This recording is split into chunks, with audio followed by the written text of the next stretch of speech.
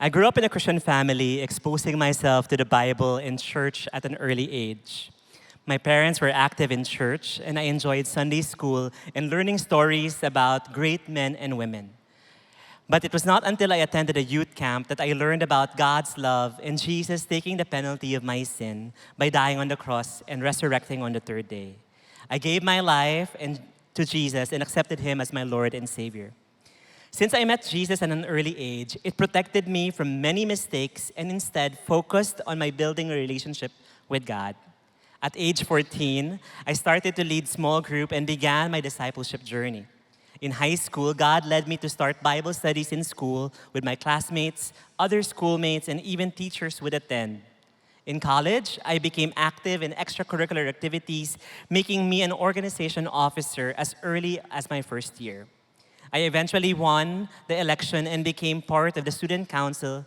I committed to dedicating it to the Lord, and we would regularly have Bible studies and small group meetings that ultimately led us to apply for recognition as a university-wide student organization.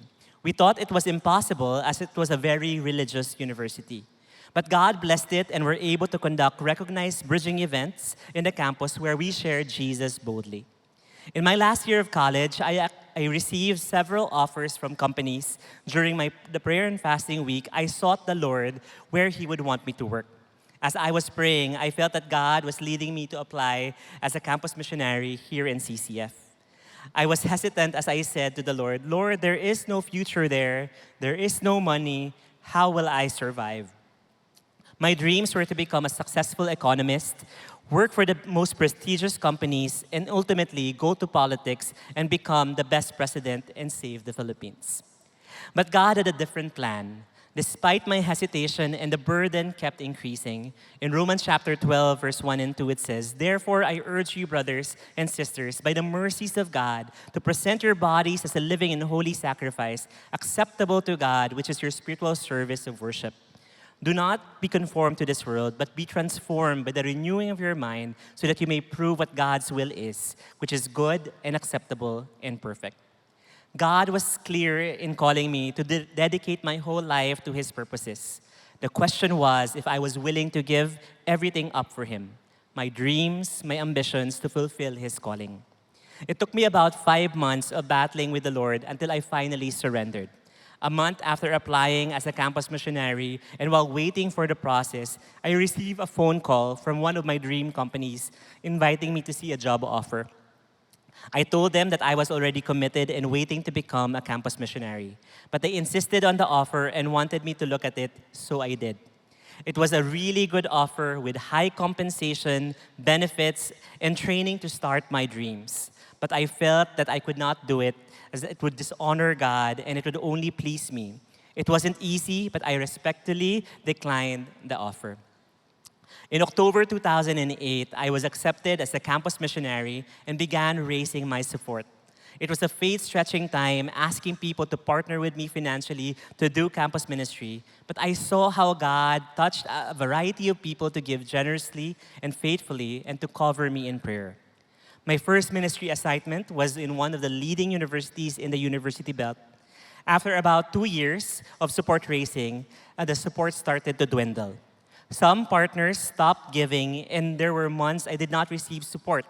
As the months progressed, I received less and less support, and there came a time that I did not receive support for 3 consecutive months.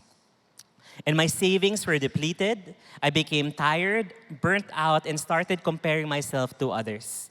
I questioned God's calling and daydreamed of pursuing a career outside of ministry or randomly picking up a bag full of money. I asked God why. He made me realize that I became proud and self-reliant. God had to break me. I humbled myself before God and asked Him to supply all my needs. He changed my perspective on money and giving. By God's grace, I saw my support to be consistent, and since then, I did not miss any more support. Not only that, God continued to expand my borders as He allowed me to lead campus movements in the University Belt, in the college ministry, in the national church planting. Today, by God's grace, I help build movements among young people in the CCF International Satellites. I get to travel and visit different CCF and partner satellites in about 30 different countries to build discipleship movements by God's grace. It has been 17 years since I joined full-time ministry. I may not be rich or the president of the Philippines, but I saw how God continued to provide for me all my needs and the joy and blessing of seeing countless lives transformed and students leading to win their campuses and their families for Jesus. Please do continue to pray for me and the work that God has entrusted to me. To Jesus, the resurrected King, be all glory, honor, and praise.